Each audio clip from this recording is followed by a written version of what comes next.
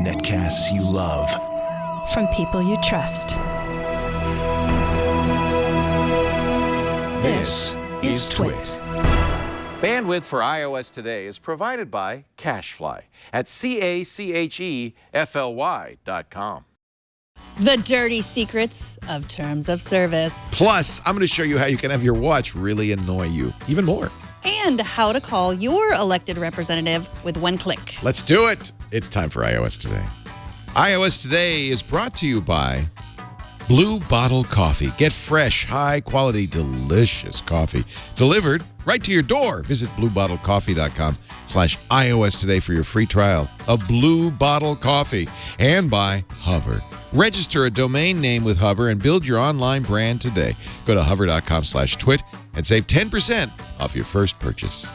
And by 23andMe. With 23andMe's genetic service, you can learn what percentage of your DNA comes from places like Italy, Finland, East Asia, or Africa. Visit 23andme.com/twit.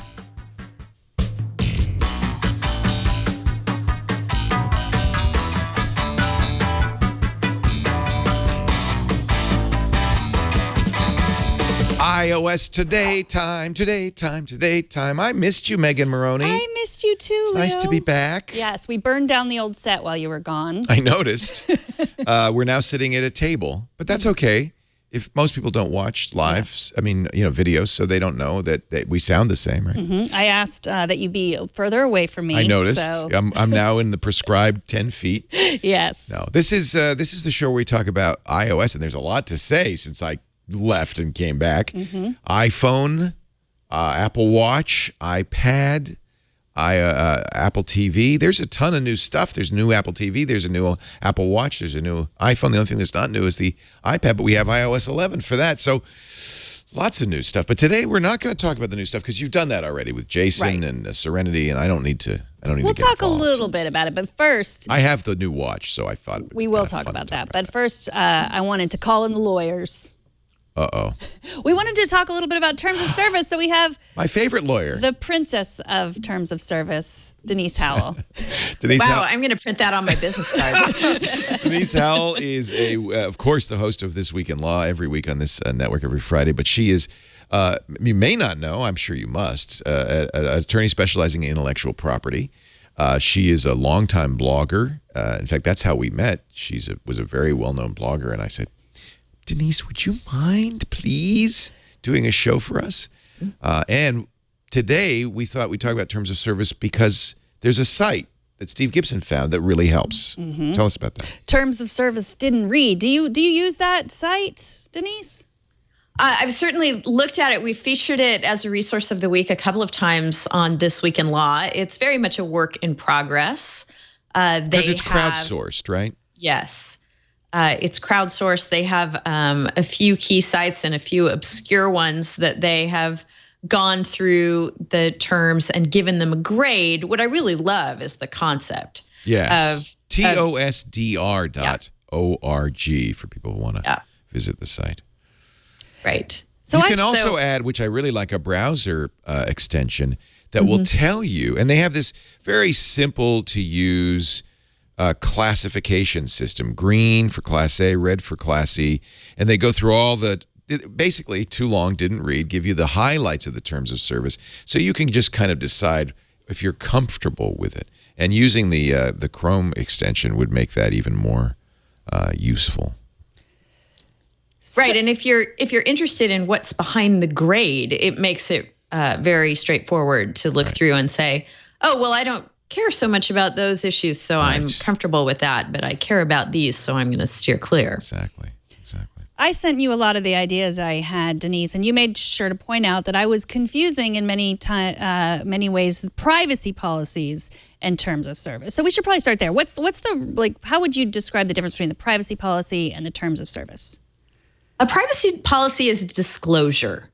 It's not an agreement between you and whoever you're doing business with. It's them telling you what they're doing and how they're going to use your data. And the reason that they're telling you, sometimes it's out of the goodness of their heart, but sometimes it's because this is a highly regulated area, and they have to, particularly in California. California for a long time has had some of the most stringent disclosure requirements about privacy practices.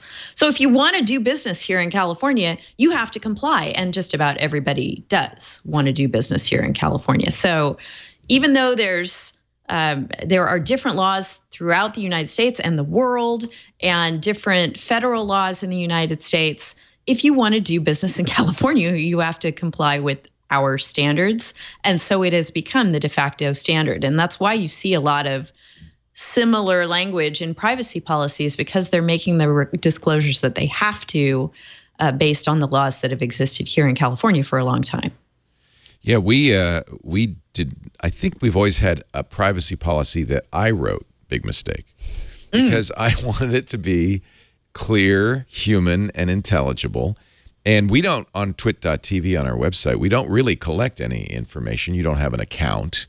But we were contacted by a trade organization which threatened to turn us into the FTC if we didn't adhere to their standards. And that's also true with ad choices. So if you go to twit.tv and you go to the bottom of the page there, you'll see our privacy policy and ad choices. And it made me kind of sad because we had to use a lawyer, and we had to write too long, didn't read privacy policy. We don't have a terms of service because there are no terms of service really, but we do. I'm glad I think it's important to have a privacy policy. I'm just sad that I couldn't do a easy, straightforward English privacy policy. In fact, many of the things in here aren't even really appropriate to what we do. But yeah, and you can always review and decide whether it fits what we're doing at Twit well or not, and make some alterations as long as you're, ticking all the boxes of the things you have to disclose. Right.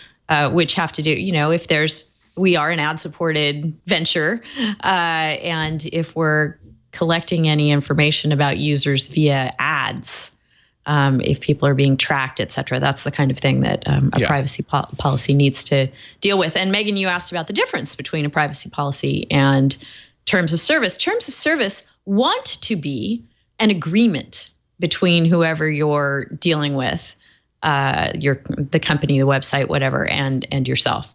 And why I say want to be is the only way to form an enforceable agreement is to make sure you're actually complying with the rules of contract formation. So for years and years, we would see terms of service on the web that were just, lurking behind a link. They were there. Hardly anyone clicked on the link. If they did, they probably didn't read the terms. And that became referred to as browse wrap, sort of a evolution of the word shrink wrap from software licensing.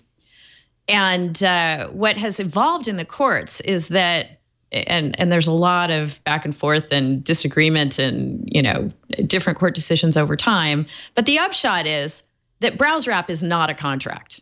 In order to form an enforceable contract, that's why you always see pop-up boxes asking you to click or check or select something, do some kind of affirmative action on your part as the user that confirms that you are agreeing to the terms.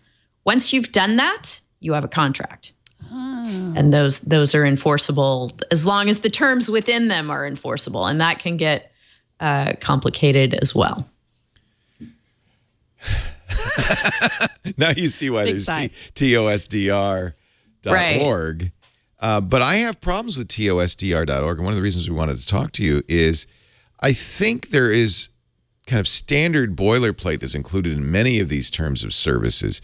Things like these services may change at any time without notice, that put up red flags on TOSDR. And many people say, oh my gosh, but that are really just almost, I don't want to say meaningless, but kind of required legalese that doesn't, well, you tell me, Denise, is that something I should worry about? You shouldn't, because the fact that you see phrases over and over again isn't reflecting that they are required legalese. It's reflecting that sometimes people cobble together their policies and terms of service without using lawyers, so they're copying and pasting. Sometimes lawyers do copy and paste from each other or from the old work that they did a long time ago before courts came around and made a decision that impacts what they did a long time ago. So you can still see this sort of legacy language out there, but the one you called out, we can change terms on you at any time. It goes right to what I was talking about how if you want these things to be an enforceable contract, you can't have a contract with terms that people haven't agreed to. So you have courts stepping in and saying, hey, wait a minute, you made a material change to your terms of service and now you're trying to enforce them. But that wasn't what the person clicked OK on when you made them do that. So that new term that you tried to add isn't effective. So that's why you start to see, like you'll see a little slice up at the top sometimes that says, our terms have changed. Be sure to read them.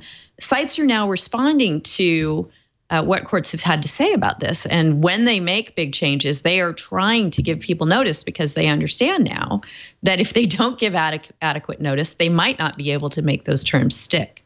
So what you're saying is that I might have agreed to that line that says the terms may change at any time, but unless I agree and check that box in the new terms, then I'm not that contract. I don't have a contract of those new terms. It's kind of moot because who reads them anyway?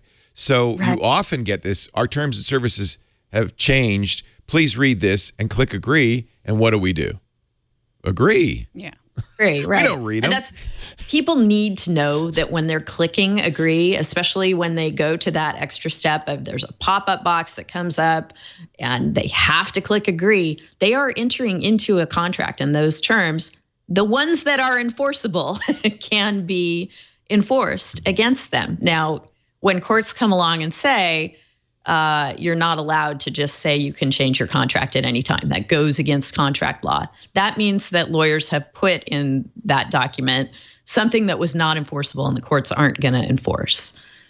So just because you see it in a document doesn't mean it can necessarily be enforced against you. Apple's, a good example of this is Apple's iTunes contract, which is 56 pages. Now, that's why TOSDR exists, right? But I'm not sure I agree with some of the things TOSDR says. What should people do when they're confronted with a 56-page legal document that they're asked to agree to before they can use their new iPhone? That's a really hard question, Leo, because of course you want to use your new device. The thing about Apple and Google and other large companies, and I'll put a big asterisk there because even large companies can make mistakes in drafting these kinds of documents. Zappos had a big terms of service problem a couple of years ago. Safeway had a big one. You go through the case law and you go, God, how did somebody this sophisticated with this crew of lawyers on call manage to get this so wrong? But it does happen. Anyway, with that asterisk, when you're dealing with Apple and Google and others, you can be somewhat assured that they are attempting not to put things in their documents that are not going to be enforceable against you. So you can make the assumption that everything in there, you can make this assumption that everything in there is in there because it benefits the company. And covers the company's rear end in some way. I did assume that. Yeah, and you can. The question also is, assume, does it harm me? Well, it might, and that's why we need more people looking at these documents and going, ho ho ho. In the middle of this 56 pages, there's this huge red flag, and this does harm consumers. And thankfully, there are a lot of people who take it into their hearts and schedules to do that, way more than there used to be. And TOSDR is a great resource, great sort of manifestation of that. But they're certainly not the only one. Do you need to be a lawyer though to really read these terms and interpret them appropriately? Don't you? to interpret them, to know all the ramifications of them, maybe, but simply to read them and realize, gee, I appear to be giving the company rights here that maybe I'm not comfortable with. Maybe I should look at that further. Maybe I should consult a lawyer or consult, other lawyers that have looked at this online and are sharing information. You don't need to be a lawyer I don't to have to hire a lawyer. Yeah, I mean, you should. If I'll give you an example, Denise. Yeah. This is one that comes up all the time.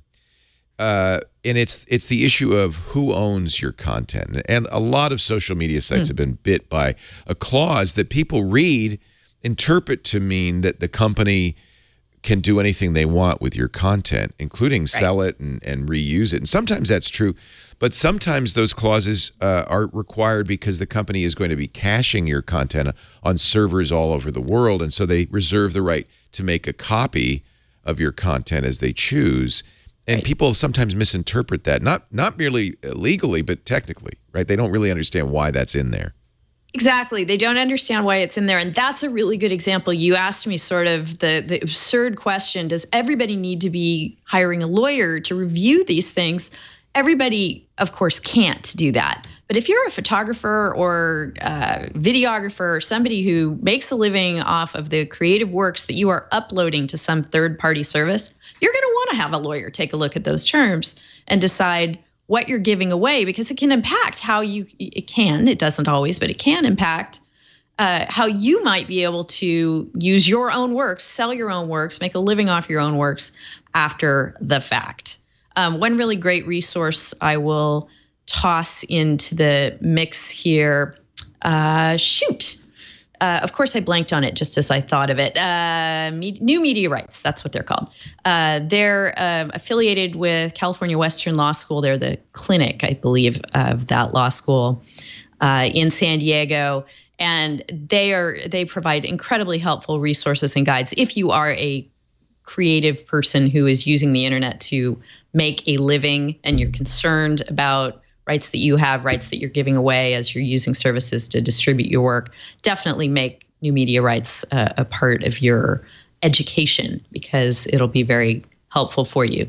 But the clause that you hit on, Leo, we all encounter, we all agree to in various ways. If you're using any form of social media, that language is going to be there. If you're using any form of photo sharing, that language is going to be there. And you're right. You're giving rights that the service needs in order to work, rights that the service needs to have in order to allow other users on the service to reshare your works, if that's what you're involved in, some sort of social site where resharing is what it's all about. So if you're not a photographer or other person who needs to be worried about how their works are licensed, then it may not be as big a deal to you. Instagram got a little bit for this, and they rewrote their terms, and in fact say now specifically Instagram does not. It's kind of hard to read. That's another thing, by the way. This is called fine print for a reason. Instagram does not claim ownership of any content you post, but you are granting Instagram a non-exclusive, fully paid, and royalty-free, transferable, sub-licensable, worldwide license to use the content you post in the service. Some people look at that and go, well, what does that mean? They could license my content, right? And I understand why people are concerned about that. They're not asserting ownership, but they're saying in effect, this sounds like they could sell it. It does. And I think that sites do that so that, as I said, they can allow others using their services to use the works that are uploaded. So if you kind of have to reshare, trust Instagram that they're not going to sell it. This is necessary for resharing. Right. And what Google has done, because Google's gone back and forth and had issues around, sort of PR issues around that kind of language as well. It's added a purpose to why you're granting. I love that. The license to that Google. Helps. The license that you grant is, quote unquote, for the limited purpose of operating, promoting, and improving existing and new Google services. So they're specifically telling you, yes, you're granting us this license, but here's why you're doing that. And if we exceed that purpose, then presumably you could have something to say about it. Right. And so there's the court, and then there's the court of public opinion, right? I mean, you said before that there's big companies make mistakes, but are you kind of saying that it's smarter to read the terms of service in a small company, a new app, someone you've never heard about, than if you're going to take the time to really investigate those as opposed to Google, Facebook, Apple? I think, and I mean, I'm a lawyer, and I preach this to people because their rights are impacted. I don't think you can rule out it reading any terms of service or being concerned about them. You can make some assumptions about small companies versus big companies, but whoever you're dealing with, those terms are going to impact your rights and your data. And if it's important enough to you, you should know what they say. I try and get my family to read terms of service the way that I do. And of course, that doesn't go anywhere. And if I can't get them to do it, I don't know how I get anybody else to do it. But I guess I default to the fact that if something is really problematic, it does tend to surface and get discussed and oftentimes changed when something is really detrimental to consumers. Oftentimes sites will go, you know what, we really don't need to be that grasping in the rights that we're giving ourselves, and we can alter the terms so that everybody's interests are more accurately looked after. There's another issue that sometimes comes up, which is that, as we talked about earlier, companies do have to reserve the right to change those rules. They also usually agree to notify you. But at least in Apple's case, and I think many other companies, the way they notify you is by giving you another 56-page agreement and saying, our rules have changed. Please read this. Mm-hmm. And I would love it if they would say, here's what's changed. Do you agree to that? Is there a reason they don't do that? And there are court decisions out there that say when you're giving a notification of a change, you need to give a meaningful notification. And you can't just throw your boilerplate at people and say, okay, so we let you know that we made a change. Go find it. Good luck. Yes.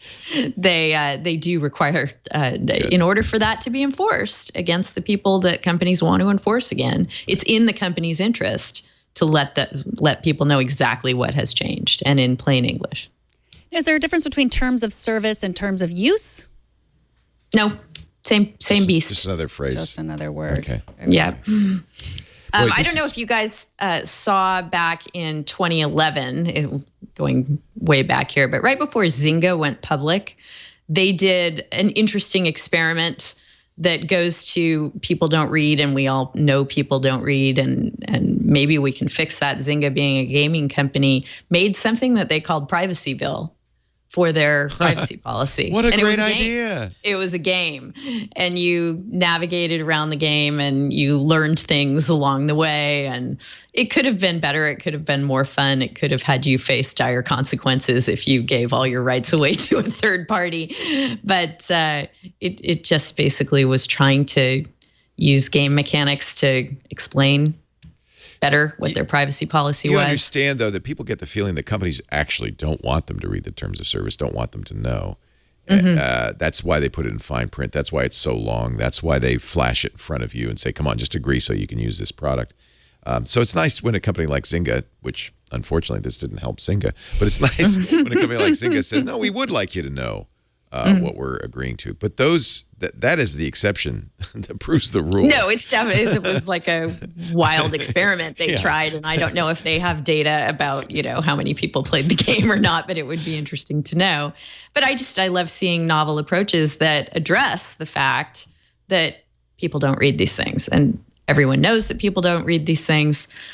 Courts know it too, and courts are getting more and more interested in trying to limit companies from putting terms in their agreements that no one reads, that render those agreements or those portions of those agreements unenforceable. And courts are not shy about saying, well, you did this arbitration agreement, for example, but you didn't cross all the T's and dot all the I's, so we're not going to enforce it, and you're going to have to go to trial with your customers who want to sue you.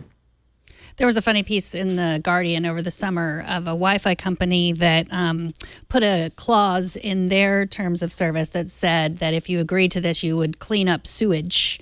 Yeah, remember that? Yeah. With a variety of things. Yes, you would exchange your firstborn child, various things. I mean, and people And nobody signed read it. Yeah, Yeah, nobody people read signed it. it. People Nobody read signed it. They're cleaning sewage to this day. But Denise made a good point that the reason people don't read it is because they have the presumption that the company that they're dealing with is acting in their good faith and isn't going to do anything rude. And if they did, they'd be caught out, and it would be a blight on their record. I mean, Apple's never going to be. It was a South Park episode, wasn't it, where Apple took your firstborn if you agreed to the terms of service. And, they can't do that. It would really reflect poorly on them. And the good news is there's so many people, so many guardians out there, people like Denise who do read these, who will raise the alarm if something bad happens. And we've seen this happen numerous times over the last few years that I think you could feel somewhat confident that you're not going to be disadvantaged, at least by a major company. Well, it was like when Pokemon Go came out last year. Right. And there was an arbitration clause that you had to opt out of, and I think you had 30 days to opt out of it, or it would be enforceable against you. And I remember hearing about that within hours after I downloaded the app. So it was definitely information that was out there and spreading. Oh, yeah. Really? Yeah. Why is an arbitration clause bad? Because everybody has them. We even have them with our employees, arbitration clauses. That means instead of, if you can't sue us, you agree to enter arbitration, which is kind of like court. You have a judge and so forth. Why is that a bad thing to agree to? It's not necessarily a bad thing to agree to, but it's a bad thing to agree to probably before you know what your dispute is about and where your dispute might be tried. Just to blanket give away your right to a jury trial is not real advantageous from a consumer standpoint. It's advantageous from a company standpoint because arbitration tends to be less expensive. It tends to, I wouldn't say that it tends to favor big companies at all, but juries are a wild card. And if you're the little David going up against some huge Goliath, you might have a better shot in front of a jury before you would before a panel of and arbitrators. Goliath knows well that juries hate Goliaths. So Yes. Goliaths don't want to go in front of juries either. That's also a bad thing. Right.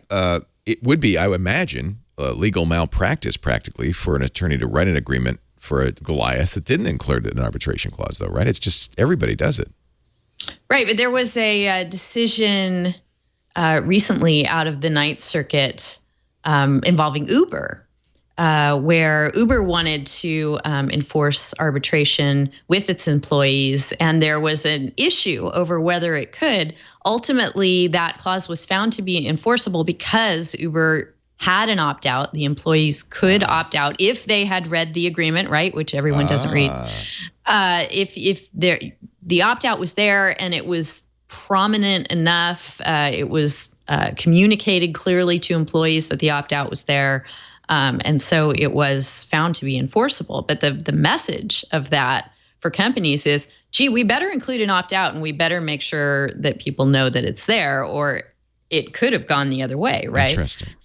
And for individuals, I think it really makes sense to comb through and see if there's an arbitration clause, if there's an opt-out. Exercise it, because it doesn't hurt you to opt out. You can always choose later to arbitrate if you actually wind up being in a dispute with that company, and that company's gonna want to arbitrate. So they'll go, oh yeah, heck yeah, we'd be happy to arbitrate with you if that's what you decide to do. Right. Great stuff, Denise Howell. This Week in Law is every Friday, 11 a.m. Pacific, 2 p.m. Eastern, 1800 UTC, and it is a must listen. It is just really engaging and fascinating. It's exactly like what we just did. A great way to understand your rights and some of the weird twists and turns that happen every week in the tech law and IP law. And Denise and her partners do a great job on that. Just like Thank you us, so except much. 3 lawyers. Pardon me? Just like us, except everybody else is lawyers. Actually, it was great when Patrick Delahanty's dad, who was a former justice, U.S. prosecutor for the state of Maine, right? Yeah, he was a former judge and the U.S. attorney for the state of Maine. Was on a couple of weeks ago. It was really great. And he had that great accent, too. I loved it. Thank you, Denise. Thanks, Denise. Thanks so much. Great to see you guys. Nice to see you. Take Well, care. I hope we've helped. TOSDR.org still, I think, is worth having just because it'll at least highlight any issues. And they are looking for people to help because it is a crowdsourced service. So, You know, when I sit down and read long terms of services, I like to do that with a cup of coffee. oh gosh, I have the right solution for you. I am so excited about I this. am really excited too. You know that, well, you're a coffee lover, right? Yes, I love this coffee. I'm so glad they're the sponsor. I had some this morning. I consider myself actually a bit of a connoisseur Of coffee? of coffee. I'm not, but Blue Bottle has made me a connoisseur of coffee. I think, Yeah. I know this sounds like something that they told me to say, but they didn't tell me to say this. I thought I didn't care about coffee, but I started drinking this, and like they say that they gave us some beans, you have to grind them up, and right away have they smell so the good. coffee. Like you can't just have the No, grain. fresh. Yeah. Yeah, their tea. I think they're bringing better coffee to the world. Blue Bottle is very well known in San Francisco, where it is, I think, considered by all and sundry to be the best coffee. And when it's coffee town, like San Francisco says, Blue Bottle's the best. Now, of course, Blue Bottle's available all over the country. You can get it yourself. They have an insane dedication to coffee. As you say, freshness is very important. This is a fun one that I have right here. This is the Costa Rica Chiripo Regulo de Rivas. This is a single source coffee. So this is I have a Blue Bottle kit. We're going to tell you how you can sign up for a free trial of fresh, delicious Blue Bottle. You want to get it every, what is it, weekly or every, I guess it's bi-weekly, because you don't want it, never a stale bean. And you want to get a good grinder. They'll help you do that too. And what's nice is these packages come sealed, but they're resealable. Oh, and man, this one is, I made this the other day, and I just smell that. It is so, it's almost like candy or fruit or something, isn't Can I it? eat the beans? Probably not. You can. Oh. Blue Bottle works directly with farmers all over the world to source the most delicious, sustainable coffee they can find. 85% of it's certified organic. Most of the blends certified organic. They roast them, not when they get the beans, but when you order the beans. Now, this is very different from a lot of places. Within 48 hours of your order, they then roast them. So you're going to guarantee when you get those beans that they were roasted in the last few days. Peak freshness. They have not been sitting on the shelf for weeks. They have something for everyone's palate. This is a blend that I really like. This might be my favorite Blue Bottle. It has been for a long time. It's called Giant Steps.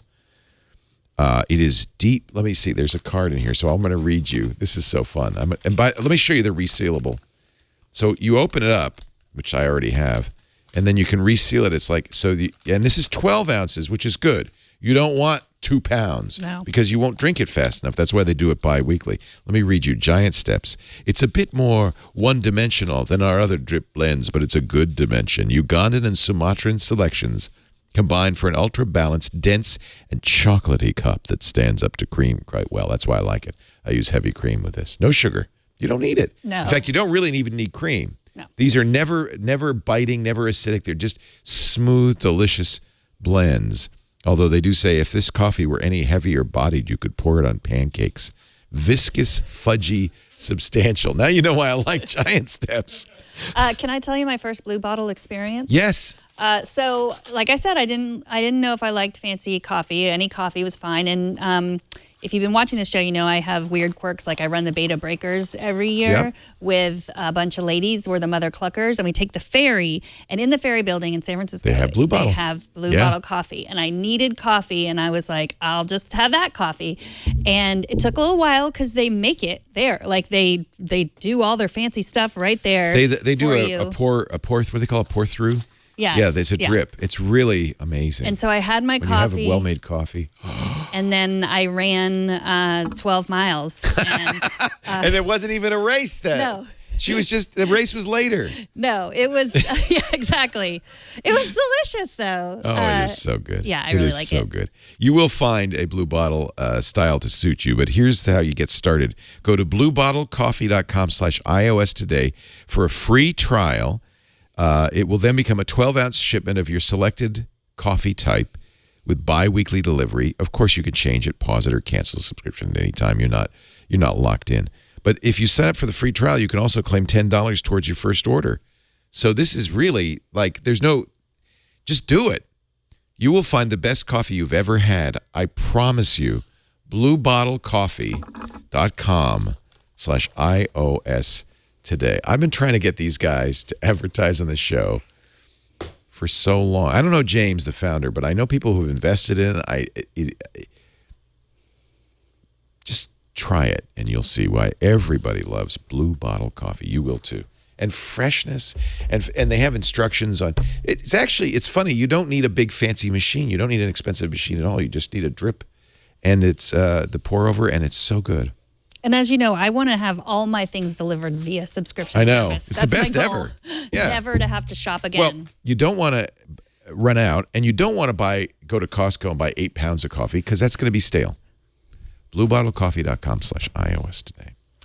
So you got your new Apple Watch Series so excited. 3 with the red badge of courage. And that's really the only reason to get it, so that when people, you're walking down the street and you go, oh, I wonder what time it is. They go, oh, you're a fancy man. You're a fancy man. You have the new Series 3 watch. Now, I actually got the Series 3 with LTE. And a couple of tips for you. There are new, and let me show you on the iPhone, it'll be a little easier. There are some new watch faces. There's a Siri face, which makes it really, although it's easy to talk to Siri, you just hold the stem. But she talks back to you now. She now talks, which is frankly a huge improvement. There's a Toy Story face. There's a kaleidoscope face. Let me go to the face gallery. You can see some of these new faces that are just from watchOS, and many of you will have this. But if you get the one with LTE, you're going to want to use the Explorer face, because see those dots, those 4 dots? That's the only way to know if you're on LTE. Now, Siri was responding. She's dictating everything I said. She's listening. This is the Explorer face. You can tell because I have the phone next to me. I'm not on LTE. But if I were to leave the phone at home, it would then know that, it would then say, oh, good, well, I'm going to connect to either the Wi-Fi that I know about or LTE. Now, remember, there is a little bug in this, which I'm sure Apple will fix, that if you're at what they call a captive portal, that's usually those open access points where you get a screen that you sign into, you agree. Starbucks, or McDonald's. whatever. Almost everybody does this.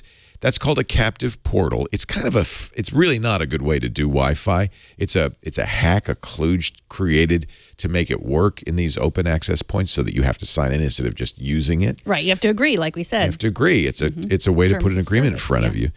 The problem is, at that point, they put a cookie or some sort of identifier. Maybe they register your MAC address of your phone, and that way the phone can use it. So you go to Starbucks, you got your phone, you sign in, use the Wi-Fi, you go home. Now you leave your phone at home, you go back into the Starbucks. Well, the Apple Watch knows about that Starbucks because it has everything that you've logged into, and it thinks it has the password, but it doesn't. It's on the phone. It's the cookie or the MAC address or whatever. You have a different networking address, a MAC address. You don't have the cookie. Whatever authentication Starbucks or McDonald's or any of these open Wi-Fi access points use is stored on the phone, not on the watch. But the watch says, oh, I know this Wi-Fi. It joins it, turns off the cellular radio, and now you have zero connectivity because it isn't, in fact, on that network. It can't join the network. So that's a bug. It's a known bug. It's something to be aware of. But one of the reasons you want the 4 dots face is because at least you'll know when you're on cellular. If I were to take this phone and put it, far, far away, it wouldn't happen right away, by the way. That radio's not on all the time to save battery life. But every once in a while, you'd see those 4 dots, and that would let you know, yes, cellular's working and I'm getting an internet connection. Serenity said that if you turn Wi-Fi off and back on, they'll turn it back off. This is an unproven but seems to work thing. Apple hasn't recommended it. It seems to be a workaround you can use. I haven't run into it yet, but the next time I do, I will try it. Have you left your phone at home and just used the watch? No, I never leave my phone at home. Why would I leave my phone at home? I need my phone. What's interesting is eventually, I think, Apple, maybe not next year or in the year after, but in a few years, Apple will start selling the watch as a phone. Horace Didiu in his blog, Asimco, points this out. He says, when the iPhone came out, It was three things. It was an internet communication tool. It was a phone. It was a music player. It was an iPod. He said, those are all now in this watch. The watch has more smarts. It's faster, more memory, more storage even than the original iPhone. The original iPhone didn't even do 3G. This does LTE. So in many respects, this is better than the original iPhone. He said, in years to come, expect the watch in many ways to be your phone. I don't know if that's true. I think it might have to have some other maybe augmented reality system for more information. But they're making steps. This is the gray ceramic, and I never understand why the most expensive. These are the edition watches, Apple watches come with the fluoroelastomer, the plastic bands, but they do. But I've ordered, as one would expect, a bunch of bands to go with the gray. But I think that's kind of pretty, don't you? I do. I think it's very nice looking. I haven't had much experience yet with the new heart rate stuff. It'll tell you what your resting heart rate is. It'll tell you what your heart rate variability is. These things are useful for diagnosis of your overall physical health. But you paired it. Am I still following you? Oh yeah, you have 82 calories. I have no rings. 11%. I have nothing. No rings. No rings. Do you like the new ring? When you close a ring, now there's an animation that's like fiery and fireworks. At this point, all Apple can do is things like that. Because honestly, this still is a little ways off from being a truly useful thing. You still can't use it without an iPhone. You have to have an iPhone if you're going to use an Apple Watch. You don't have to have it with you, but you have to own it. Yeah, you have to own one. Would you, for an experiment's sake, like on one of your day offs, Thursday or Friday, just leave my phone at home? Yeah, try it. I almost did it today, but then I thought, well, I kind of needed to show stuff on iOS today. I could go, John, why don't you take this somewhere? And don't tell me where. No, that's a different game. Take it to my house. Give it to Mo. Take it as far away as possible. Give it to someone with a gun. Put it in Megan's office. She has an office in the other building, and maybe that we'll see. We'll see if those the other building.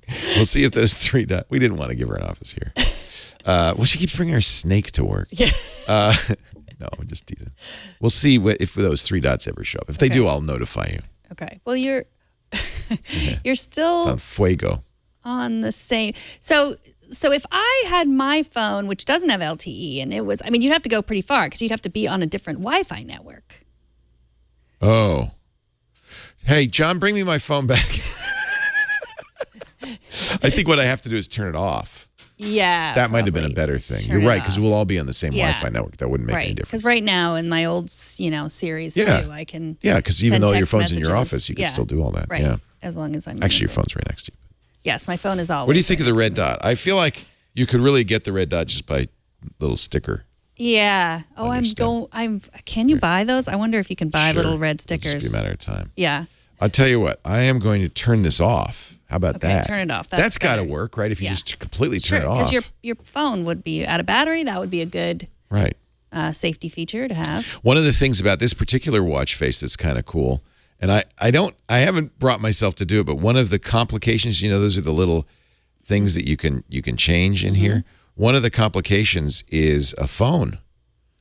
So you can make a phone. Should I make a phone? I could try making a phone call. Isn't that wild? It's a phone. Without your phone. And my phone is now off, can't really right? see it. Can't see it? Well, move your wrist up a little bit higher. Okay, so I can phone favorites, recents, contacts, or keypad. You might not want to show phone numbers. Okay, don't show anything. Let me find if I can call Megan. Look, my whole contact list is in here. And there's a very fast way. Actually, it's not showing phone numbers. It's not. Okay. It does it by alphabetic. And let's see. Oh, yeah. Look all the phone numbers I have here. Wow. You could show. There's no phone numbers. It's just names. It's just names. Look, you have a lot of contacts. You're popular. I just never delete anything. I know. Remember, you made fun of me on the screensavers screensavers over the weekend because I had all those old phone numbers for you. Okay, don't show it now because I'm going to. Oh, yeah. Okay, there it is. Look, cute. Shows a picture. Okay, I'm calling other. Look at, and she's got, okay, I'm calling you. Okay. Remember, my phone is now turned off. Look at that. Look, you can show my screen now. You're calling me. That works. Here. Hey, Megan, how you doing? Hey, that sounds pretty good. Let me go get on my paddleboard. No, but okay, let's see how it sounds. If I leave it on the desk, does it sound okay? Kind of. Can you hear me? It's okay? Yeah, it's great. I mean, you kind of want to put it a little closer. But that's not bad. Here, let me go in the other room. Okay. Okay, I'm going to take a I'll pretend like I'm on the paddle. I can't go anywhere. Our wireless. Well, that's kind of cool. So I'm talking to you now on the phone. It has a mute button, a hang up button. It shows how long we've been talking, which actually is coincidentally exactly how many hours left of the battery I have. The bigger the number here, the less battery life. But there you go. And I'll hang up now. Okay, good. So that proves it. I've got cellular or Wi-Fi. It would do that on Wi-Fi too, I think, right? Yeah. You can make phone calls on Wi-Fi if you have Wi-Fi calling. So you get a choice of favorites, recents, contacts, keypad. I can listen to my voicemail too. Okay. That's cool. What do you think about my new watch? Oh, look, you got you got the new Series 3, do you? Pretty cool. She's got a red dot on there that's pretty darn big. I'm going to keep that on there. Pretty darn big. All right. Well, so I know everybody heard what I thought about the iPhone 8 last week. What did you think? Tell me, because I didn't hear it. I was right there, wasn't I? You were when I talked about it on the news. But now you've had it for a little longer. I've had it, for about a week and a half. And I like it. It's an amazing phone. It's faster than I would ever need a computer in my pocket. Do you notice it's faster? No. That's the problem. I just know that. We know it's faster, but it didn't. The other one didn't seem slow. No, the other one didn't seem slow. Like I came from the 7 Plus. I've been using portrait mode. I like the pictures that it takes. I do not like the pictures it takes. Look at this picture of Colleen's dog here on my screen. That's nice. What is that? That's the studio portrait lighting? Portrait. Yeah, that is the portrait mode. I think it is, the portrait mode. So it has 5 new modes. This is, I could never. That I hate. I love See how my shoulders are kind of chopped off and some of my hair. And I think if you had a better expression. No. But it still doesn't, this is low light. This is weird light. This is like, but I would expect, lighting. I took a picture in a place where I expected not to be able to see the Colin's dynamic range face. is quite good, yeah. But it seems like that would have been, I don't know, maybe, like it seems like that could look better, but that was... I would say, okay, here's my thought on this. That was the That's picture my you thought. made is like contact. Right there. Yeah. No, my thought on this is it's not better enough than the iPhone 7 that if you already have an iPhone 7, you don't need to get an iPhone 8. 7 Plus. 7 or 7 Plus. You don't need to get an 8 or 8 in Plus. the 7 Plus, yes. I mean, the camera in the 8, is that equal to the camera in the 7 Plus? It's a little better, but it's the same thing. So if you're upgrading from a 7 to an 8 or a 7 Plus to an 8 Plus, I don't think there's that much of a difference. Yeah, if you're going from a 7 to an 8 Plus, okay, maybe because you want the dual lenses. If you're going from a 6S, I'd say it would, it's an iPhone. It doesn't strike me as that different. It's a slightly different. The real question a lot of people are wondering is, should I get this phone or should I wait for the X, the 10? And this is basically a 10, but the 10 will have a bigger screen with a notch in it and an OLED screen. But it has the same processor, same amount of memory, same amount of storage, same cameras. So I don't think the 10, and I don't know, Apple's really good at taking a feature away being a plus. They took away the headphone jack, and that was a good thing. They're taking away the fingerprint reader on the 8 and to make the 10. And that's a difference. Is it an improvement? I don't know. We'll see. We don't know yet because we haven't tried the face recognition. I have to say, you should, if you have an iPhone, a relatively recent iPhone within the last 2 years, you should be happy and save that money and buy yourself a pizza. So you're saying if you have because I think a 6S from 2 years ago might not be You would think that, but I that guarantee well. you, if I gave you a 6S, you wouldn't. You'd say, "Oh, that's similar." But sometimes you don't get the dual lenses. That's maybe, I don't know. It might be an important thing for you. But don't you agree that, have you used a phone that was 2 years old anytime recently? Never. Are you kidding me? It's not I wouldn't use a phone that's 3 months right. old. So if you get a phone, if you bought yourself a 6S last year, that's very different than a 6S. My kids use a 6 and an SE, and they don't want a new phone. They feel fine. You won't notice a big speed improvement. If you're really seriously doing a lot of iPhoneography, a lot of iPhone camera work, okay, maybe. because the dual lenses makes a difference. I think these are my point is they're small incremental improvements. This is not a revolutionary update. So I think for most people, it's a lot of money. You know, I think the truth is most people buy new iPhones because they want to have the new iPhone. Mm-hmm. Not because they need the features of the new iPhone, but they just want to have the new iPhone. Right. And you talked about this on Twitter and the new screensavers, that notch is like the red dot. It's a sign of fashion. It's like, I have the newest thing. It's like the piano black or the glossy black. Yeah. You know, just showing everyone I have the newest And iPhone. you might have to think about really giving up the fingerprint reader. That works. That's a good technology. It works. It's fast. It's effective. It's reliable. Now, Apple did point out that there are far more false positives with the fingerprint reader. What did they say? One in 50,000 people have your same fingerprint, could unlock your phone. Right. But it was 1 in a million people could unlock your face with Face ID. Yeah. Now that's Apple. We don't. I don't. Right. We haven't seen it yet, but 1 in a million versus 1 in 50,000 for Touch ID. So maybe Face ID is more secure. Maybe not. I don't know. Maybe it's less convenient. Maybe it's more convenient. I don't know. We just don't know yet. Right. We don't know yet. And they didn't recommend Face ID for anyone under 13. And I also don't recommend you buy a $1,000 iPhone. I don't know. They just said it's not for kids under 13. It's not going to work. I don't know. The bones in your face might change over time. It's an interesting number because, of course, 13 is the cutoff for the Child Online Protection and Privacy Act. That's probably what it is. And they say, now see, that is a worrisome thing. Because legally, they're not supposed to collect information about people under 13, right? Because of COPPA. They say that the face patterning is stored on the phone only, that they don't send anything back to the server. In the secure enclave. In which case, there wouldn't be an issue with a young person. Why are they saying 13? And it might be an issue with the way your face changes. That bothers me. No, but why 13? It's different for every person, right? That's true. That makes no sense. 13 is a little too close to that number of the COPPA. That bothers me a little bit. I didn't think too much about it because I just thought if you were buying your 13-year-old a $1,000 iPhone, you'd be nuts then anyway. I would like to have some words with you. No, I agree with that. However, it seems to me a little bit of a red flag. Why is Apple saying people under 13 shouldn't have an iPhone X? Maybe they shouldn't use Face ID is what it was, not that they shouldn't have the phone. Makes me even more But then nervous. what do you do? Then it's not secure. Yeah. Yeah, we should look into that. I look exactly like I did when I was 13. Mm-hmm. So what about there's improvements in the color balance? To me, I don't notice any difference in the pictures unless you hold them up to. Yeah. I don't notice any difference. Yeah. I'm just saying you can list 50 new features, but I don't know if those are going to make a huge difference in your life. They're small incremental improvements.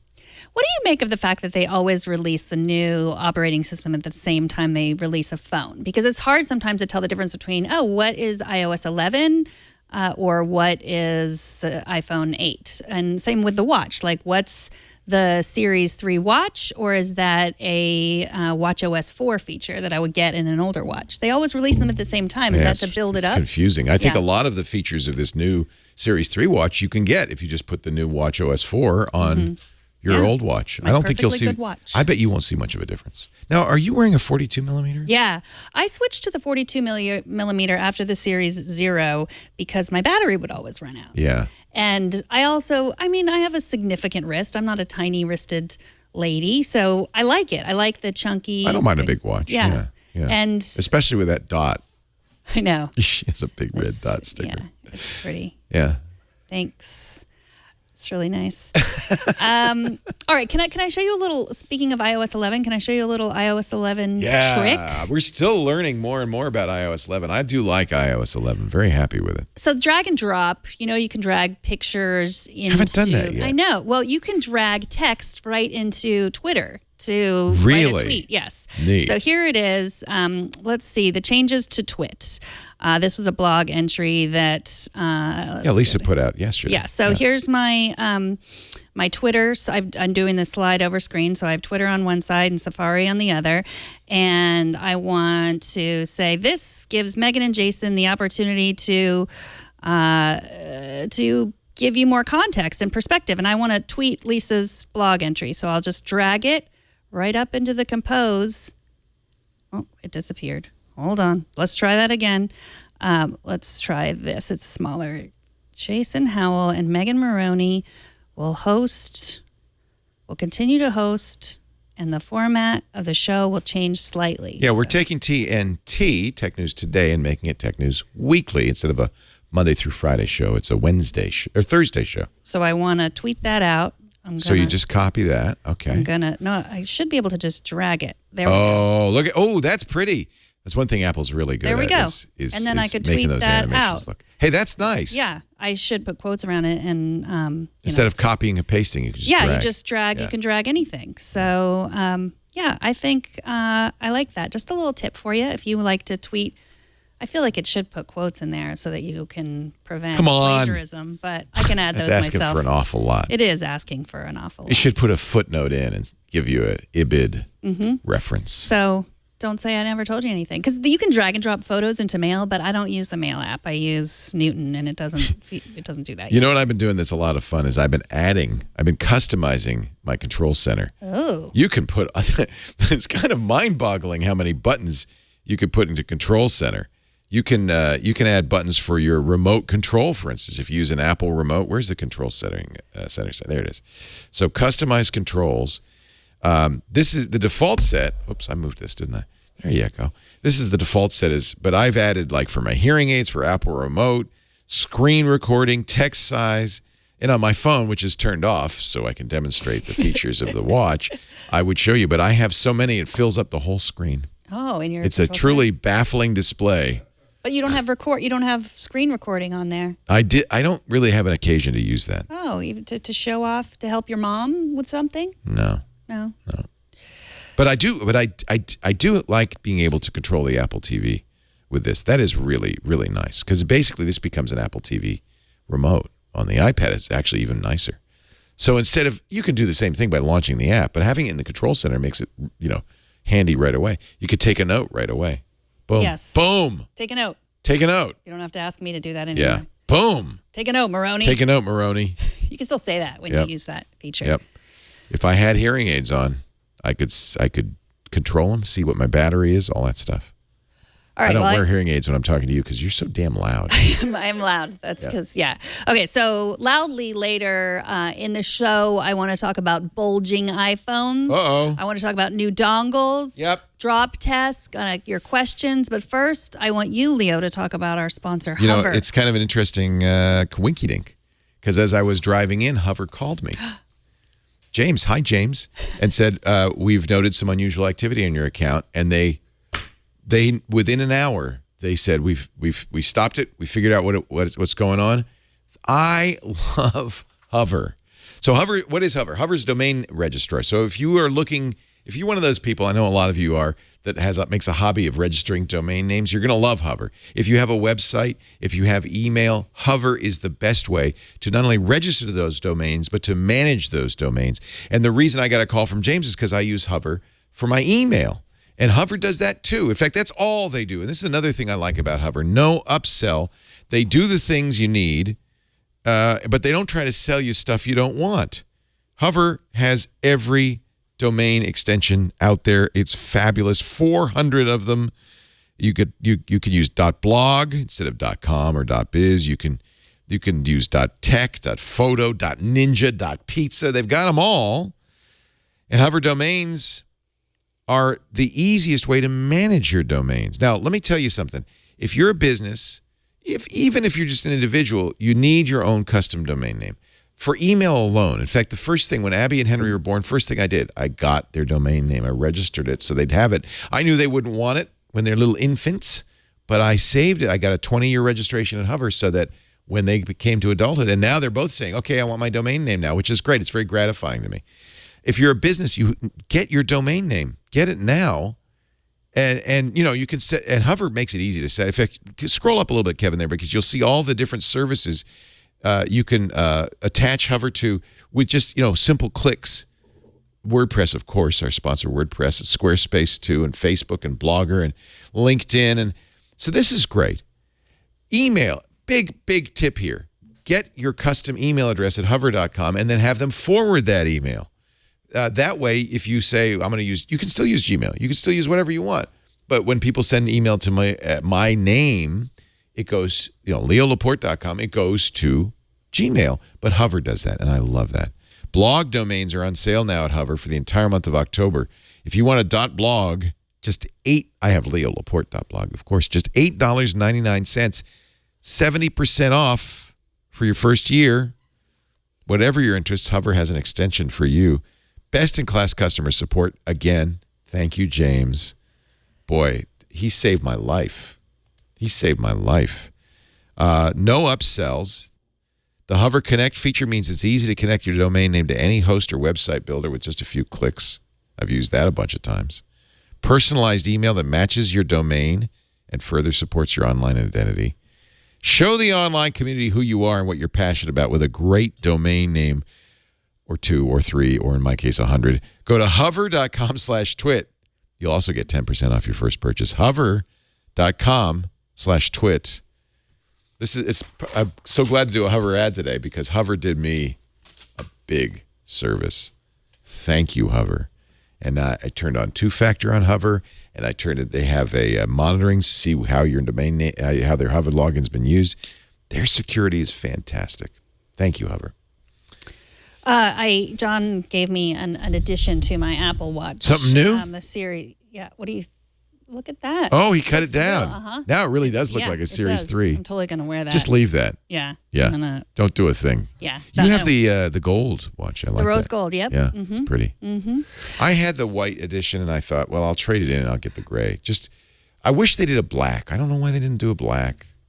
But what I did find, I'm sorry, I'll put it where you can see it. What I did find about the ceramic, because I had the white is a year old now, it just never wears. It's like magic material. I wish they'd make ceramic phones. Yeah. So nice. But that space gray is the same as the space gray phone, really. Yeah, it kind of Same is. color. It's gray, though. I wish it were black. I like it. I've had ceramic watches for years. I'm a big fan of the material for watches because it wears so well. And I think that they use a sapphire glass. I hope they do now. I just dropped it on the top of it. But it's pretty. It's gray, though. Oh. Are you getting a phone call on that thing? Yeah, somebody's calling me. Oh. It works. Huh. Should I answer it? Sure. No, I don't want to answer. But yeah, your phone is off. That's so And you got a cool. phone call. It works. Okay. That's amazing. We've proven it. Okay. You know how much I enjoy talking about dongles. Apple released a new dongle that will let you charge, and it includes a headphone jack at the same time. They didn't have that before? They had the stand but now they have the actual dongle. That is, they didn't sell it before. It existed, but Apple didn't sell it. Other people made it? Yeah. So because I swear I've seen those. Right, because weren't you complaining about this on the It's a plane? pain in the butt. You wanted to charge, you want and to listen charge to music? and listen. Yeah. All my headphones are Bluetooth now because This is the number one complaint from people who don't like the missing headphone jack is because that's really the only real issue, because you could just use the adapter that they bundle in the phone with the phone and still use your headphones, but you can't charge at the same time. So I don't really want to carry that around, but it's nice that they offer it. right. Bulging iPhone gate. Have you heard about this? Yeah, I keep waiting for mine to bulge. Nothing. At least two people have said that the Holy battery. cow. At least two have reported bulging batteries. This is just people digging around to find. Well, all lithium. So this is a problem with lithium-ion batteries. Apple's had this problem before with Macs as well as iPhones. Everybody's had this problem. It is the precursor to the problem Samsung had with their Note 7. Bulging batteries, lithium-ion swells if it's defective and gets overcharged. But the next step after swelling is exploding and bursting into flames. So it's never a good thing. And I'm sure Apple immediately, if they see that, replaces it. Mm-hmm. In cases where that's happened in the past, and you're not near an Apple store to turn it in, they'll send you a special box. And it has all these warning labels on it. It says, do not put on an airplane. Samsung did that with the Note 7 as well. So there's anything that stores a lot of energy in a small space has some potential danger, because if it released that energy suddenly instead of slowly over time, that would be fire. That would be an explosion. Your car has that with the tank of gas. Anything that can give you enough energy to run the phone for a day or two could potentially be dangerous. Lithium ion is, I think, a fairly safe technology. We know how to make these batteries well. But yeah, occasionally you'll have these problems. I'm sure Apple stands behind it. If they... We got an email from Glenn. I know it's about Face ID, which we haven't used yet, but I thought it was a good discussion. He says, I was hoping that you guys would address a couple of accessibility concerns about the iPhone 10. I'm sure you don't remember, but I have cerebral palsy. And when I saw the iPhone 10 Face ID, 3 accessibility concerns came to mind. I'd love to know yours and Leo's take. Do you have to be perfectly still for Face ID to work? This can be difficult, if not impossible, with cerebral palsy. With the new edge-to-edge design, will operation be more difficult for those with manual dexterity issues? What if someone is not physically able to lift the phone? Sometimes my hands don't want to cooperate, so I lay my phone down and use the Touch ID. Really great questions, all of which we can't answer until it comes out. But that's a absolutely legitimate questions. I guess Apple's response would be, well, that's why we make an iPhone 8, that you have a choice. I am really going to have a hard time recommending the iPhone 10 for not just for people with cerebral palsy, but for anybody. I'm just not convinced it's worth the extra money. Well, you have to. We'll have to wait can. and see. It's supposed to be able to tell when you look, like when you're sitting down. The key on Face ID, and we've talked about this many times, and it's still an unknown a little bit until the phone comes out, is you have to somehow trigger it. You can't. It would kill the battery if the phone were always looking for faces. I was hopeful that the phone would just be activated as long as it could see you, but after I thought about it, I realized, well, that's just going to kill the battery. The camera can't always be on, so you have to trigger it somehow. Apple says you trigger it by lifting it or by looking at it, and that's so. Again, we just don't know. We have very limited information from Apple until the iPhone 10 comes out, and God knows when we're going to be able to get one. Because orders are, I'll get online at 1 second past midnight on October 27th and try to get us one as quick as I can. I'm sure you'll do the same, but we don't know if we'll be able to get one by October 3rd. It's unclear, will it work if you can't hold still? I don't know. I would think so, but I don't know. How do you trigger it if you can't pick up the phone? Can you tap it? I don't know. We'll just have to see. And what about the edge-to-edge? Have you heard anybody? I know you. Well, I have concerns about it because one of the weird things that's so strange is because Apple will make a phone like the 8 with a fingerprint, a home button and a fingerprint button, and a phone like the 10 without. The user interface is dramatically different on the iPhone 10. On the iPhone 8 and every iPhone previous, if you want to exit an application, what do? You press the home button. There is no home button. So there are, we've learned, a series of swipes that you have to learn. And apparently, I've been told by some who've looked at the iPhone 10, Apple will indicate where you can swipe with a subtle vibration or something so that you know. But I'm not a big fan of these kind of mystery controls. We saw that with Windows 8, and it really was a disaster because it's hard to figure what they are. But of course, Apple's good at user interface design. Maybe they'll figure out a way to kind of trigger that. It will have a different user interface. Will it be easier for you to use? I don't know. You're going to have to try it. It could be easier, right? Because a swipe for some people might be easier than getting your finger on the home button. A lot of unknowns. Mm-hmm. Known unknowns and unknown knowns. I don't know. We talked about this already a little bit, but Rick says there are more problems with the Apple Watch than connecting to unauthorized Wi-Fi. My LTE doesn't work at all anywhere. Apple knows this is an issue. Twitch shows are not discussing this, and it's frustrating. Both Serenity Caldwell on iOS Today and Jim Dalrymple on MacBreak Weekly said the Wi-Fi is the only problem. I don't know what this other problem is, this LTE. There were activation issues early on, and that's a cell carrier issue. I activated my LTE with T-Mobile instantly. I am going to be paying after 3 months $10 extra a month. Oh, but you get 3 months free? You get 3 months free. Oh. But for nothing, because they aren't giving me, they actually do give you a new phone number, but it's not usable. The phone number is the phone number of the phone, as you could see. But no, I guess it works. I'm still in Wi-Fi, so I haven't had an experience yet, but I haven't. Have you read widespread LTE issues? I haven't. The only issues I saw were activation issues, and I presume that those have cleared up over time. Yeah. Another Rick, this was a different Rick, also wrote in about something we should all know about iOS 11. When you take a screenshot and you go to edit mode, if you click done, you have the option to save photos or delete screenshot. If you choose save to photos, the screenshot gets saved to Apple Photos, and Google Photos app will upload the photo as expected. If you choose delete screenshot, you think it just gets deleted, but in actuality, it gets saved in the Apple Photos app in the recently deleted folders. Apparently, this folder is also monitored by Google Photos as those screenshots got updated to Google Photos.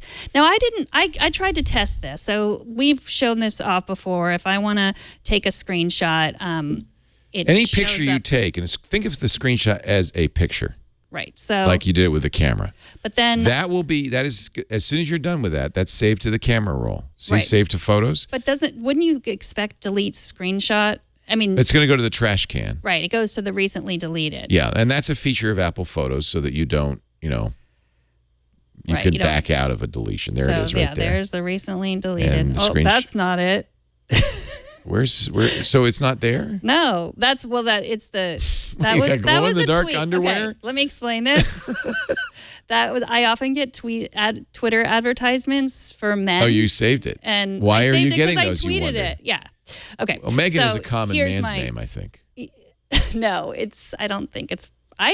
So there's a screenshot. Because I tweet about technology. It thinks I'm a man. In your trash can. Yeah. So it's now. Let's see deleted. if Google Photos picks it up. Google Photos. Well, if is there a recently deleted? No, there isn't anything like that in Google Photos. In fact, if you use Google Photos to clean up this is a nice tip. If you use Google Photos to clean up your space on your phone, you can have Google Photos. You can say in the settings, delete backed up photos. Any photo I've backed up to Google, all it does is move those photos into the recently deleted on Apple's Photos. So it does have access to that folder, obviously. I think there is one possibility. You can tell Google Photos which folders on your phone to back up. Do you think it's possible he told Google Photos to back up his deleted folder? Maybe. So you can tell Google Photos which folders to back up or not back up. I'm pretty sure you can. I know you can do it on and maybe this is the problem because I use Android as well as an iPhone. It's possible that I am mistaken about that capability. But I think what happens with Google Photos, let me look at the settings here. Maybe that's an Android-only feature. On Android, you can say which folders to monitor, but I guess there's no way to do that on iOS. And that makes sense because, iOS is very careful about not giving other applications access to folders created by your application. I'm not sure why he's getting that. I don't think it happens to me either. So maybe he accidentally saved it before he deleted it. Maybe. Because it would get backed up then. Well, anybody else have this happen to them? No. Let us know. If you're running Google Photos on another device that got the image from iCloud Photo, that's what Digmax. But you shouldn't have gotten it from iCloud because you never saved it, right? Mm-hmm. That's the key on this, right? Is he didn't save it. Right. He deleted it immediately. Yeah. Don't know. That doesn't sound like that shouldn't happen. Let's put it that way. We got an email from Kenny. When you were gone, we talked about how Amazon had weirdly removed VoiceOver from the Alexa app. You couldn't use VoiceOver, like the accessibility VoiceOver that people use to have Siri speak whatever's on the screen. Suddenly, if you were using the Alexa app, you could not use VoiceOver, and this was a known issue. But Kenny wrote in that it's not an issue anymore. Now you can use VoiceOver. So if you were not using Alexa because you regularly depend on VoiceOver. That would be too bad because Alexa is such a boon for people with a variety of disabilities. The ability to talk to, we shouldn't say the A word. We should call it I Echo. said the A word a lot. That Echo is such a boon for people who can't, hold up a phone or whatever. They can talk to it. I look forward to the day when we can have real conversations with all of our devices. At that point, I'll have no more friends. I'll just hang out with my things. I know. Who would you choose to co-host this show with you? Like, which new Echo device would you choose? Oh, that's a good thing. That little clock. The spot. She is pretty. Been replaced by the Echo Spot. Why do you think they put a camera in that? Is it so you can call somebody from your bed? I guess so, yeah. Yeah. I'm sleeping right now. What do you want? Did you order that little alarm clock, the little spot? I didn't order the Connect, which is their speakerphone. Yeah. Because first of all, who has a wired phone, like a landline? Do you have a landline phone? I do, but I don't know then if I already have that, why I would need the thing to connect. I don't really understand it either. I have it, but I don't use it. I don't use my landline. No, we got one for the burglar alarm. Yeah. Yeah, for emergencies. Yeah, I have it only because Sonic gives you one. Oh, you get one automatically. Yeah. Yeah, I'm not really sure what that Connect is. I really felt like that Echo event, the Amazon event, was really just, here's 100 different things. See which ones work. Right? Why bother doing testing and research? Let's just make them. Mm-hmm. And then the weirdest one was the button, the trivia button. They make so you can have a trivia game. Yeah, so you can play those. We had a guest in studio, one of our fans, who just for fun writes Amazon Echo tasks. Already wrote tasks, trivia game with his kids so they can use those buttons. We should play that here on the show. Yeah. I would like you to talk about another one of our sponsors. Is there time? 23. Boy, this show's just whizzing along. And me. I think so. Yes, it is. I love 23andMe. Oh, I got to go to my site and show you all my biology, all my stuff. 23andMe is genetic analysis. It's about your 23 pairs of chromosomes that make you unique from anybody else, unless you're an identical twin. You're not an identical twin, are you? Not that I know of, Okay. no. Everyone has a DNA story, and 23andMe lets you read your story. 23andMe will let you discover where your DNA comes from around the world. Look at all the different reports I get. One of the things, I did 23andMe years ago, long before they were an advertiser in the show. And one of the things I found is great is as new research comes out, as they learn more about what your DNA means, that's added automatically. So I go back all the time to read my reports and find out more about myself. At my ancestry composition, for instance, I'm 39.1% British and Irish, 100% European. But did you see this? I got 0.1% Ashkenazi Jewish in me. I have some Ashkenazi Jew in me, I like too. that. I'm happy about that. But then look at this. You can go back in time to, like, the Ashkenazi Jewish was sometime between 1690 and 1810. And the most recent British and Irish, and this is actually matches what I know about my genealogy. This is my grandma's side. This is my father's side. My mother's side was my grandmother. It's so cool. You can also find out, believe it or not, and this is an example of stuff that they've learned recently. It was only in 2010 that they finally got Neanderthal DNA. And they thought for a long time that Homo sapiens did not, or was not able to, different species, mate with Homo neanderthalensis. In 2010, they got some DNA from old Neanderthal bones. They discovered, wait a minute, many people have Neanderthal genes. I do. I have Neanderthal genes. And so this is a new report they didn't have before. Thanks to new research, I have 265 Neanderthal variants. But I'm less Neanderthal than most of you. But I'm still 4%. Now, you may say, well, how are they going to get your DNA? It couldn't be simpler. You don't have to go to a lab. You don't have to draw blood or anything. You just spit. They get it all from your saliva. See the little kit? You just spit into a little vial. And you send it in, and a few weeks later, they say, okay, go online. Your report's online. So here's some of the Neanderthal variants. Like, are you likely to sneeze after eating chocolate? Dark chocolate. It's very specific. Some people are because of the Neanderthal variant. I don't have that. That's why I don't sneeze. I have less back hair, and so Neanderthals didn't impact me. Infect is probably the wrong word. To the degree that it does from other people.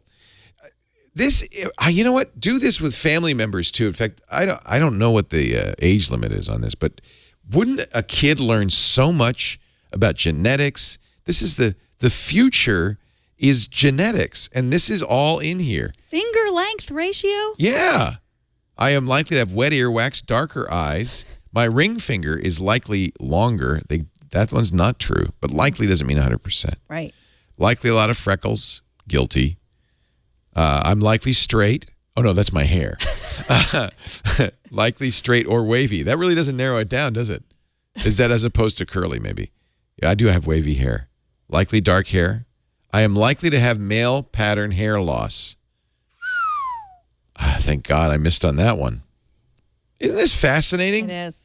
I love this. And you can learn a lot more.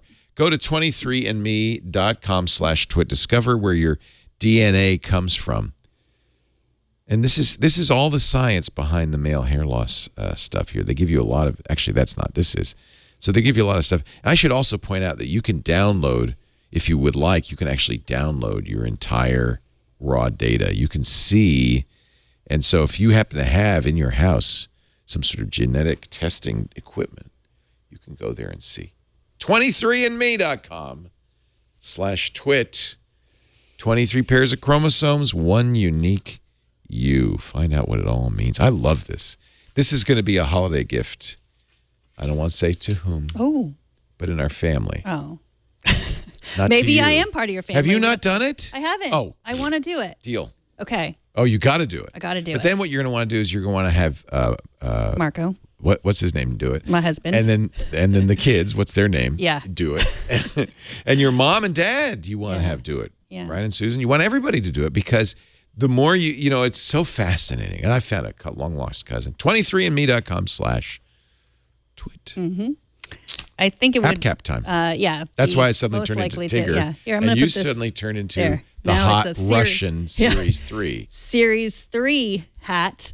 We wear caps because we are talking about our favorite apps. Last week, Serenity Caldwell came in and she did not have a hat. She had a cat. So she put a cat on I her saw head. that. This is hysterical. So this is not a cat. This The is a app hat. cat. App cat. We're kind of doing app cats again. Yeah. Sort of we have thought, well, cat- I was so inspired by Serenity, I thought I'd put my cat on my head. Okay. So as much as I would like to use my platform to discuss gun control and tell you how I believe that we should go the Australian way and have a buyback program, you don't want to hear that. And so instead, I'm going to tell my representatives how I feel. And That's a good the idea. app. No matter where you stand on this. No matter where Stand you up stand. and be counted I told you for sure. where I stand. This is an app called Capital Call, and it makes it super easy to make phone calls There's to your Dianne representatives. Feinstein, our senator. So you can give them your address, but it automatically uses your location if you agree to it and says who all your representatives Do you make a are. phone call? There's Yep. Kamala Harris. Phone calls are really important. That's the best way to do it. It's the best way to do it. It's the best way. Is it So- easy? Or is Diane going to answer? Well, Do I have to let's- talk let's to try- Senator Feinstein? Let's try and see. We can do it? Yeah, we just Okay. called her. You don't have to hide her phone Is number. a human going to answer? Well, we'll find out. Can you hear that? Nope. Oh, How's now I that? can. Okay. You don't have to put it right there. It was just not that loud.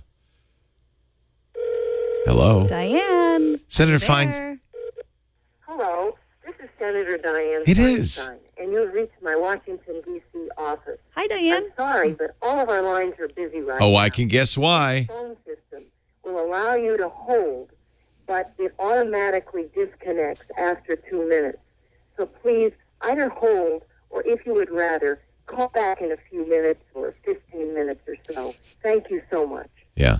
So I'll call That's back. awesome. We don't have to hold. But yeah, So it that goes, makes it very easy. And actually, what you super usually easy. get is a staffer, and you just say, here's what I think. And they say, thank you very much. And that's it. And it's very fast. It's very fast. And it's very easy, and I highly recommend it. It's the most, we're told by many, it's the most effective way to let your feelings be known to your representative. And I guarantee you, they're busy these days. Yes, They're and hearing a lot from their constituents, as they should. Right. And I have a feeling that Diane's opinions are in agreement with mine. So what I often do is I just thank them. You know, when I Yeah. talk to a person, I just call and say thank you. I really appreciate everything that you're doing. And even if even if your representative doesn't agree with your views, Let 'em know. Thank them anyway. Let them know. They're hearing, believe me, they're hearing from the lobbyists. They're hearing from the people with money. So, but the interesting point, we always talk about the dire influence of money in our politics. But remember, all that money goes to is getting votes, is advertising, is winning elections. And ultimately, that means you. So you can completely negate the impact of money in our politics by simply standing up and being counted. This is called what is it called? It's called Capital Call. Capital Call. with an O, as in the capital. It's only And it's for on your US, so store, and you Free. can download it. It makes it very easy. super easy. I like it. And yeah, do it. Yep. Let them know. She's going, oh, Jimmy Kimmel on line 2 again. Man, that Jimmy. I want to show you something that I just discovered. I feel like an idiot because you've known about it for a long time. It's called Todoist. It is a to-do list. Very simple. One of the reasons I like it, though, is it works on all platforms. They've got a Chrome extension, works on Android, works on Windows, works on Mac. It works, of course, on your iPhone, and it even works on your Apple Watch. And, to me, having a to-do list is important because it just makes life simpler if I just know the things I have to do. But putting it on my watch makes it even better. Oh, look, I have to enter the passcode. Did I take my watch off? Oh, I did. I remember doing that now. All right, let me do this real quickly. So here's the thing. I have a Todoist has an Apple Watch app, but they also have a Apple Watch, what do they call it? Complication, right? Mm-hmm. So it says, you can't read it, it's very small. Apologize to Megan. So that's the next thing on my to-do list. It'll show what you need to do next. And having that right there on the watch, for some reason it takes, I know why. It can't get to the phone because the phone's off. Mm. Okay, but it does, even with the phone off, it does see that. Mm-hmm. So that is just awesome. So I'm going to apologize to Megan, and then I'm going to tell her I like her new haircut, and then I'm going to buy an island.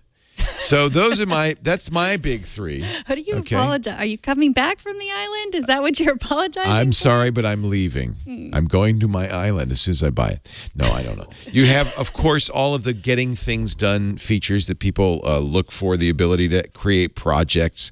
One of the things that's great about this, you can delegate, you can assign, you can set reminders for yourself and others, and you even get karma points as you do all this. I think it's a well-done to-do list. I have it set for the most ugly color, so I probably should make it more. It's red is the default, but I like black because my heart is so black. Excuse me. You can log in, and it will. If you do, you can log in with your Google account, and it will then tie into your Google Tasks. It works with it's really a nice to-do list, free, but if you want all the features, and I recommend this, it's like $28.93 or so, some weird number, under $30, and you get all the features per year, and I think worth it. And I love it that my watch can now nudge me and say, apologize. I like it too. Yeah, so many to do. I still go back to my bullet journal. You use it, you write it down, but your bullet journal won't, I have an on-off switch. I forgot. Mm-hmm. Your bullet journal will not nudge you from your watch. No, it won't. That is a nice feature. Mm-hmm. I need that sometimes. Hey, that's our app caps, or cats, as the case may be. We've done it. And we've done the entire show. Thank you, Megan Morrone. I'm glad to be back. I am glad that you're back too, and I like the new set, but I think maybe I do feel like you're a little bit too far away. Now that you apologized. Can I come back? Subscribe to the show. Oh, please. We'd love it if you'd get it. I'm telling everybody now that you can listen to our shows on your devices, your Amazon Echo or your Google Assistant. If you know the right syntax. With Echo, for instance, you just say, Echo, listen to iOS Today on TuneIn. You need to say on TuneIn because that's the provider on the Echo. And then you'll hear the most recent episode. You can even listen live if you want. You just go Echo, listen to Twit Live on TuneIn. And if you do that sometime between 9 a.m. Pacific, noon Eastern, 1600 UTC, and a little bit later, you hear us on the show live. And you can join us in the chat room at irc.twit.tv. You can also download video. Unfortunately, YouTube no longer works with the Google, the Echo Home or Show, I'm sorry. And I presume that means it won't work with the little alarm clock. But I hope they work that out. I do, because you used to be able to watch our shows if you had an Echo with a screen. But you can watch them at twit.tv/iOS or, subscribe in your favorite podcatcher. Everybody uses Pocket Casts and Overcast and all of those. They all work. Just make sure you find iOS Today. That way you'll hear us every single week. There's her cat. There's Serenity with the cat on her head. Yep. Wow. That is a very relaxed cat. I also have a new show with Jason Congratulations. Howell. News Weekly every Thursday at 2 p.m. Pacific. 5 p.m. Eastern. Jason and I will interview journalists making and breaking the news. It'll be very different than This Week in Tech. But if you can't wait for the tech news until Sunday, then you can get a little...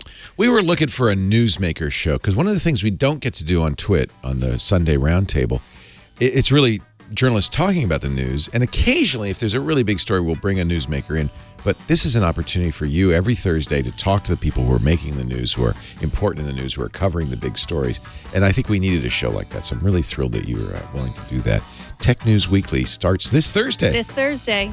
2 p.m. Pacific, 5 p.m. Eastern Time. That's 2100 UTC. Thanks for joining us, and we'll see you next time. Now, on this new set, can I just throw my cat?